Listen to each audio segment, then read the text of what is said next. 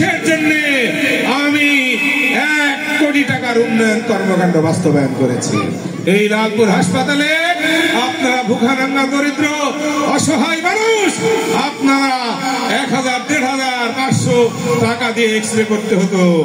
আমি আমার উপজেলা পরিষদের তহবিল থেকে এক্সরে মেশিন সরবরাহ করেছি, ডিজিটাল এক্সরে মেশিন। সেখানে অতি অল্প খরচে 3 মিনিটের মধ্যে আপনারা এক্সরে রিপোর্ট পেতে পারেন। এই কাজটি করেছিলাম সাধারণ খেটে খাওয়া মানুষের জন্য। যখন করোনা ভাইরাস সারা দেশের এই জনপদ সহ সারা বিশ্বের মানুষের জীবনযাত্রাকে স্তব্ধ করে দিয়েছিল, সেই সময়েও মানুষের কাছে চাঁদা আদায় করে এবং উপজেলা পরিষদের সীমিত সম্মতি নিয়ে এইখানে আমরা যেটি সবচেয়ে জরুরি প্রয়োজন ছিল, মানুষ শ্বাসকষ্টে ভুগত, তাদের অক্সিজেন সরবরাহ ব্যবস্থা চালু করেছিলাম 10 লক্ষ টাকা ব্যয়ে। এইখানে এক্সরে মেশিন দিয়েছিলাম 25 লক্ষ টাকা ব্যয়ে। কিছুদিন পূর্বে এইখানে আমরা আলট্রাসোনোগ্রাম মেশিন দিয়েছি 12 লক্ষ টাকা ব্যয় করে। লালপুর বাজারে জলাবদ্ধতার সমস্যা ছিল, সেই সমস্যা দীর্ঘদিন ধরে সমাধানের কোনো উদ্যোগ গ্রহণ করা হয় নাই।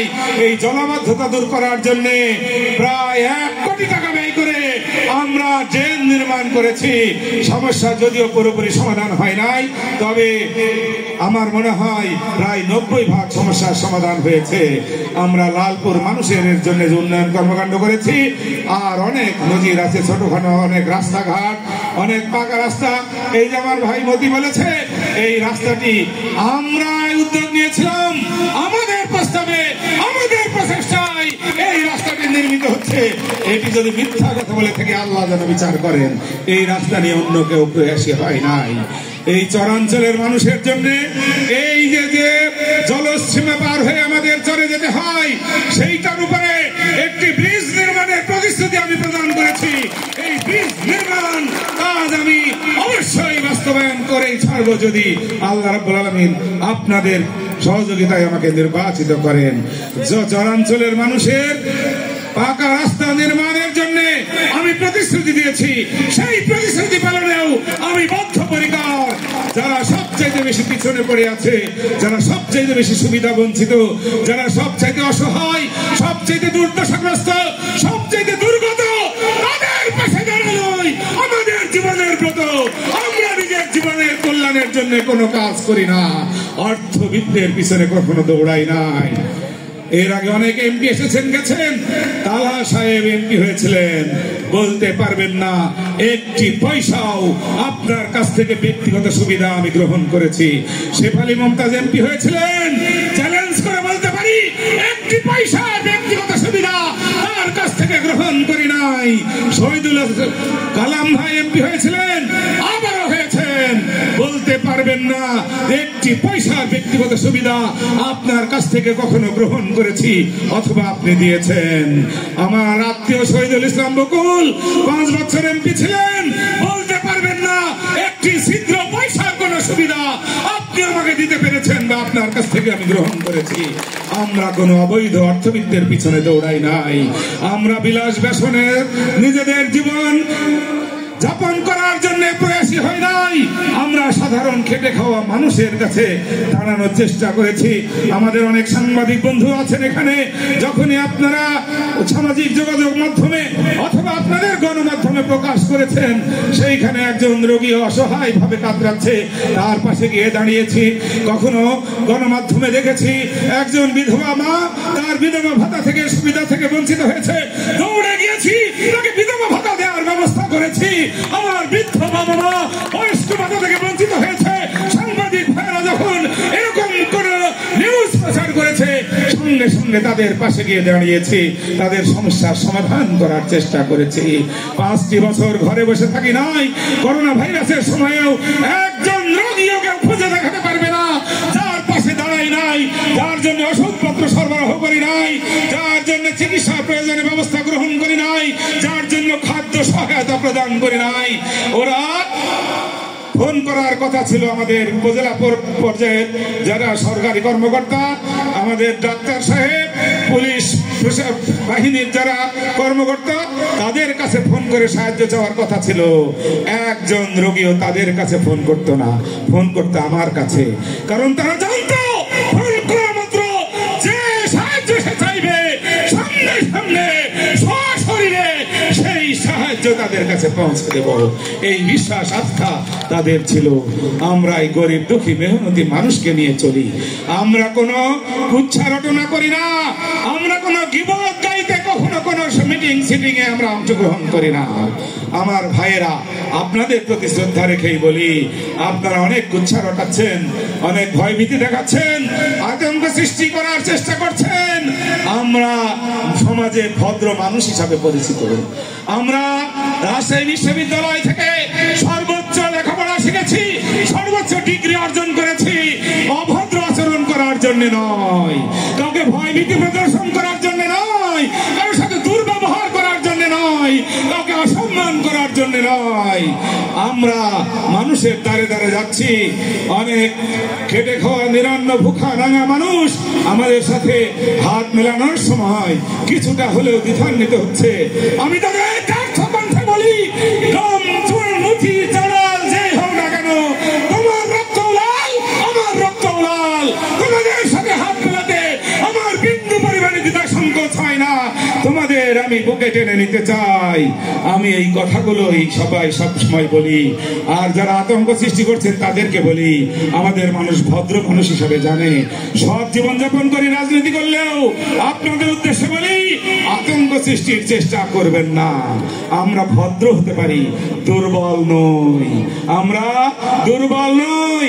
আমরা দায়িত্বশীল যারা রয়েছেন, সরকারের কর্তা ব্যক্তিরা, তাদেরকে আমরা সময়ে সময়ে বলেছি, তারা যদি এই আতঙ্ক সৃষ্টিকারীদের বিরুদ্ধে ব্যবস্থা গ্রহণ না করেন, এই ভূখণ্ড খেতে খাওয়া জনগণকে নিয়ে তাদের বিরুদ্ধে প্রতিরোধ করে তুলব। জীবনের রক্ষা করার লোক আমরা নই।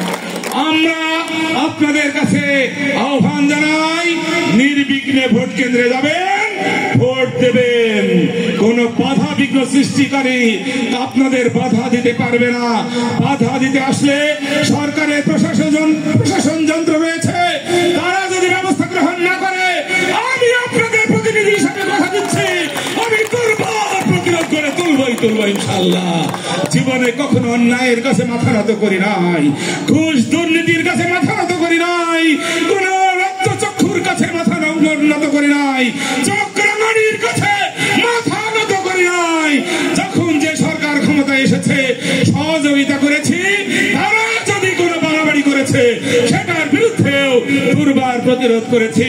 আমার ছোট ভাই জাহাঙ্গীর বলেছে, তখন কোন রাজনৈতিক সরকার ক্ষমতায় ছিল না, ওই ফখরুদ্দিন মঈনুদ্দিনের সরকার ক্ষমতায় ছিল।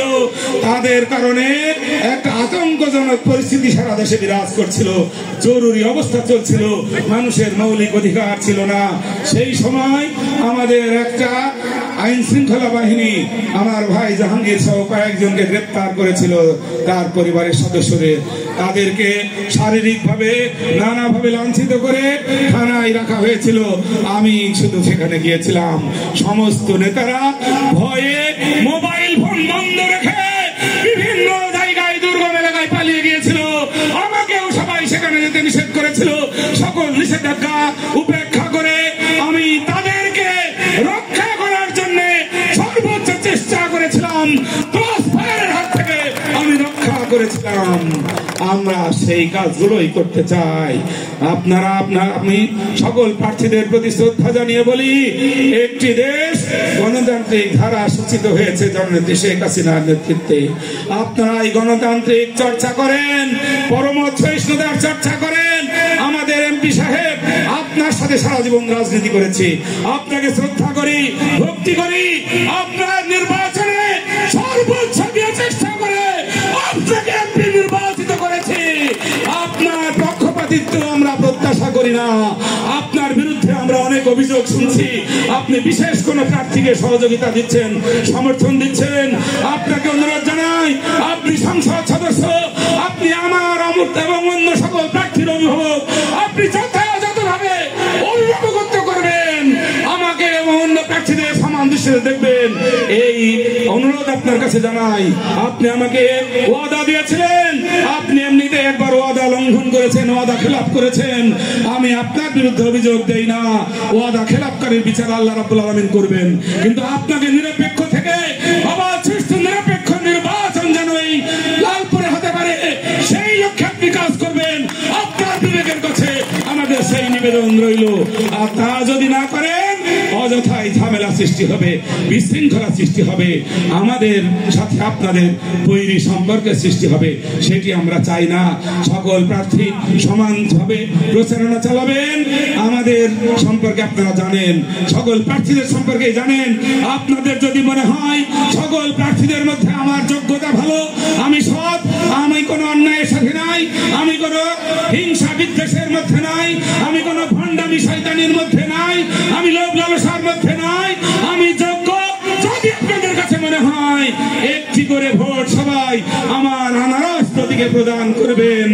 আপনাদের পরিবার পরিজন, আত্মীয় স্বজন, পাড়া প্রতিবেশী সকলের কাছে আমার আনারস প্রতীকে ভোট প্রদান করার জন্য আহ্বান জানাবেন। আনারস প্রতীকের পক্ষে সাধারণ জনগণ আছে, সাধারণ মানুষ আছে, সাধারণ ভোটাররা আছে। এই 21 তারিখের নির্বাচনে একটি ব্যালট বিপ্লবের মধ্য দিয়ে আনারস প্রতীকের বিজয় হতেই হবে ইনশাআল্লাহ। আমরা সেই বিজয়ের দ্বার প্রান্তে উপনীত হয়েছি। আমরা কোনো উশৃঙ্খল বিশৃঙ্খল আচরণ করছি না, আমরা রাস্তাঘাটে মানুষকে বিরক্ত উৎপাদন করছি না, আমরা নীরবে নিভৃতে সুশৃঙ্খল ভাবে শান্তিপ্রিয় ভাবে আমাদের প্রচারণা চালিয়ে যাচ্ছি। জনগণ আমাদের সাড়া দিচ্ছে, তারা আমাদের পাশে ছিল, আছে এবং থাকবে ইনশাআল্লাহ।